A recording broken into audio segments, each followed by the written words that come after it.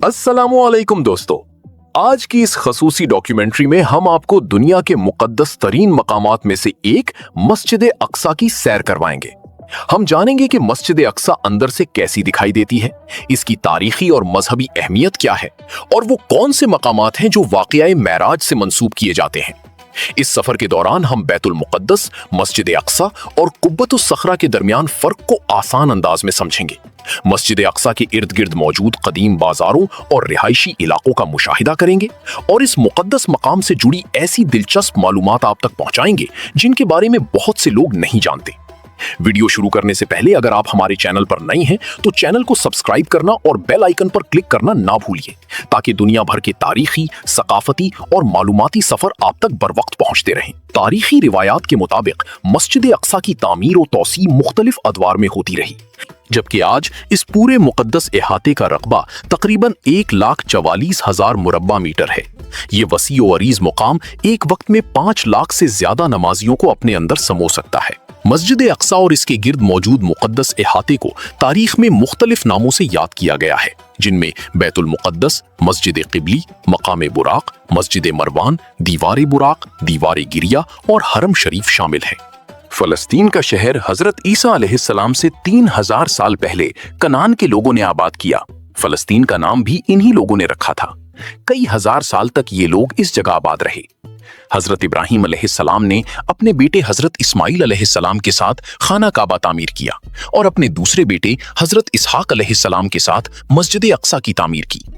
हजरत इस्माइल अलैहिस्सलाम की औलाद आगे चलकर मुसलमान कहलाई और हजरत इसहाक अलैहिस्सलाम की औलाद यहूदी कहलाई। हजरत इसहाक अलैहिस्सलाम ने बैतुल मुक़द्दस को संभाल लिया। इसके बाद हजरत इसहाक अलैहिस्सलाम के बेटे हजरत याकूब अलैहिस्सलाम के पास नबूवत आई। उनके 12 बेटे थे, जिनमें हजरत यूसुफ अलैहिस्सलाम को अल्लाह ताला ने नबूवत से नवाजा। ये सब मिस्र में आबाद हो गए। हजरत यूसुफ अलैहिस्सलाम के बाद जब हजरत मूसा अलैहिस्सलाम तशरीफ लाई तो अल्लाह के हुक्म से आपने अपने लोगों को मिस्र में मौजूद फिरौन से निजात दिलाई और दोबारा फलस्तीन की तरफ ले आई। इस तरह बनी इसराइल दोबारा फलस्तीन में आबाद हो गए। इसके बाद हजरत दाऊद अलैहिस्सलाम का दौर आया। उन्होंने दोबारा मस्जिद अक्सा की तामीर का काम शुरू किया, क्योंकि मस्जिद अक्सा सिर्फ खंडरात बन चुकी थी। हजरत दाऊद अलैहिस्सलाम अपनी जिंदगी में इस काम को मुकम्मल न कर सके। इस काम की जिम्मेदारी उनके बेटे हजरत सुलेमान अलैहिस्सलाम के सुपुर्द हुई। हजरत सुलेमान अलैहिस्सलाम भी अल्लाह के नबी थे। आपने मस्जिद अक्सा की तामीर मुकम्मल की। 587 कब्ल मसीह में बाबुल की सल्तनत ने बैतुल मुक़द्दस पर हमला किया। इस हमले के दौरान शहर और इसकी मुतअद्दिद इमारतों को शदीद नुकसान पहुंचा, जबकि सिर्फ चंद हिस्से महफूज रह सके। तारीखी रिवायात के मुताबिक इस दौर में बड़ी तादाद में लोग मुतासिर हुए और कई मजहबी नौशते भी जाया हो गए। इसके बाद मुख्तलिफ अदवार में कई सल्तनतों ने यरूशलेम पर हुक्मरानी की। बादअज़ां फारसी सल्तनत ने भी इस शहर का इंतजाम संभाला। यही वो मुक़द्दस शहर है जहां हजरत मरियम अलैहिस्सलाम से मुताल्लिक अहम वाक़यात पेश आई और हजरत ईसा अलैहिस्सलाम की विलादत भी इसी सरजमीन पर हुई। हजरत ईसा अलैहिस्सलाम के आसमान पर उठाए जाने के कई दहाइयों बाद रूमी सल्तनत ने यरूशलेम पर दोबारा कब्जा कर लिया। इस दौर में शहर के मुतअद्दिद हिस्सों को नुकसान पहुंचा और बहुत सी तारीखी इमारतें तबाह हो गईं। वक्त गुजरने के साथ ये इलाका मुख्तलिफ तब्दीलियों से गुजरता रहा और वाक़या मेराज के जमाने तक इसकी हालत पहले जैसी न रह सकी। इस्लाम के इब्तिदाई दौर में मुसलमान नमाज अदा करते वक्त इसी सिमत रुख किया करते थे। बाद में अल्लाह ताला के हुक्म से क़िबला खाना काबा करार पाया। ताहम इस तब्दीली के बावजूद मस्जिद अक्सा की फजीलत, तारीखी अहमियत और रूहानी मकाम मुसलमानों के दिलों में हमेशा बरकरार रहा। आप सल्लल्लाहु अलैहि वसल्लम के विसाल के चंद साल बाद इस्लामी खिलाफत के दौर में हजरत उमर रजी अल्लाह अन्हु की क़यादत में बैतुल मुक़द्दस मुसलमानों के ज़ेरे इंतजाम आ गया। इसके बाद उमवी दौरे हुकूमत में खलीफा अब्दुल मलिक बिन मरवान ने कुब्बतुस सखरा की तामीर का आगाज करवाया, जो आज इस इलाके की नुमाया तरीन तारीखी इमारतों में शुमार होती है। 1099 में सलीबी जंगों के दौरान बैतुल मुक़द्दस एक नए दौर में दाखिल हुआ और शहर मुख्तलिफ हुक्मरानों के ज़ेरे असर रहा। बादअज़ां नूरुद्दीन जंगी ने इस मुक़द्दस शहर को दोबारा हासिल करने की जद्दोजहद का आगाज किया, जिसे सुल्तान सलाहुद्दीन अय्यूबी ने कामयाबी से मुकम्मल किया। इनकी फतह के बाद बैतुल मुक़द्दस एक मर्तबा फिर इस्लामी दुनिया का अहम मरकज बन गया। बैतुल मुक़द्दस सदियों तक मुख्तलिफ मुस्लिम सल्तनतों के ज़ेरे इंतजाम रहा। पहली जंग अजीम के इख्तिताम पर 1918 में इस खित्ते का नज़्मो नस्क बरतानवी हुकूमत के पास आ गया। इसके बाद यहाँ आबादी और सियासी हालात में नुमायां तब्दीलियां रूनुमा हुई। 1948 میں اسرائیل کے قیام کے ساتھ ہی اس علاقے میں ایک نیا سیاسی باب شروع ہوا جس کے اثرات آج تک محسوس کیے جا سکتے ہیں۔ دوستو، یہاں ایک اہم بات سمجھنا ضروری ہے کہ قبۃ الصخرہ، مسجد اقصیٰ اور بیت المقدس تین الگ اصطلاحات ہیں جنہیں اکثر لوگ ایک ہی چیز سمجھ لیتے ہیں۔ ویڈیو میں نظر آنے والا سنہری گنبد دراصل قبۃ الصخرہ ہے، جو اس تاریخی اور مذہبی مقام کی سب سے پہچانی جانے والی علامت بن چکا ہے، جبکہ وہ پورا مقدس احاطہ جس کے اندر مسجد اقصیٰ سمیت متعدد تاریخی مقامات موجود ہیں اور جو چار دیواری سے گھرا ہوا ہے، اسے بیت المقدس یا حرم شریف کے نام سے جانا جاتا ہے۔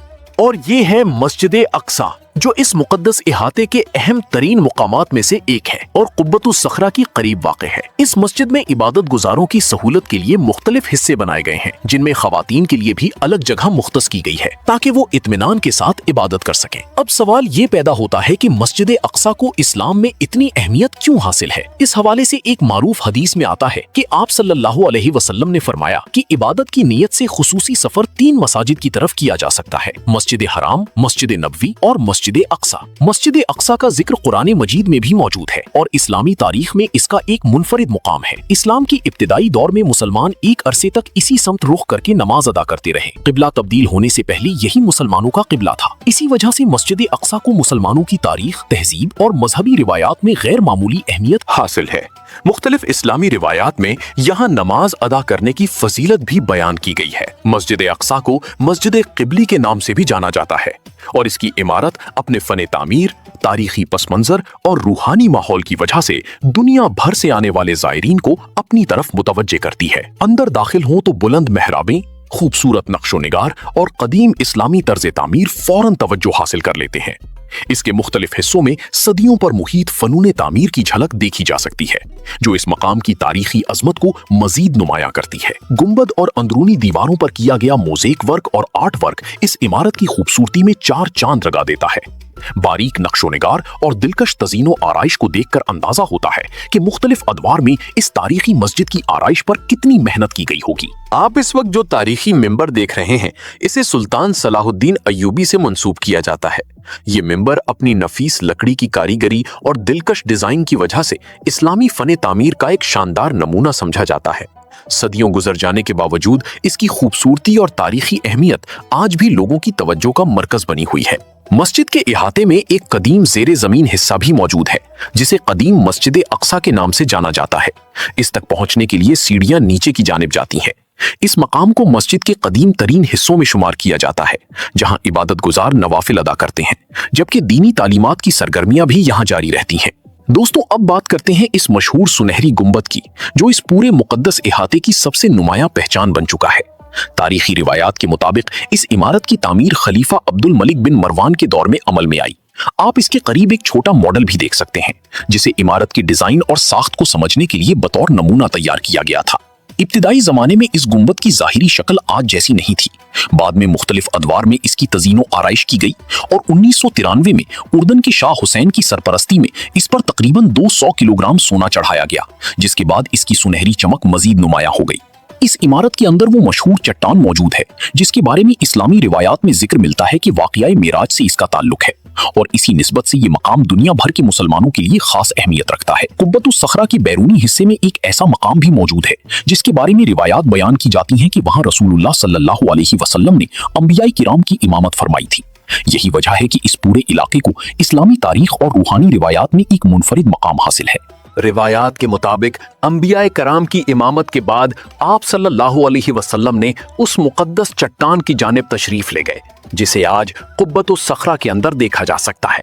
قبۃ الصخرہ کے اندر مختلف تاریخی مقامات موجود ہیں جنہیں حضرت ابراہیم علیہ وسلم، حضرت داؤد علیہ وسلم اور رسول اللہ صلی اللہ علیہ وسلم سے منسوب کیا جاتا ہے۔ دنیا بھر سے آنے والے زائرین ان مقامات کو بڑی عقیدت اور دلچسپی سے دیکھتے ہیں۔ یہاں ایک ایسا مقام بھی موجود ہے جس کے بارے میں اسلامی روایات میں ذکر ملتا ہے کہ واقعہ معراج سے اس کا تعلق ہے۔ اسی نسبت کی وجہ سے یہ جگہ مسلمانوں کے لیے خصوصی اہمیت رکھتی ہے۔ चट्टान के नीचे एक छोटा सा हिस्सा भी मौजूद है जहां बाज़ ज़ायरीन नफल इबादत अदा करते हैं और इस तारीखी मकाम की ज़ियारत करते हैं।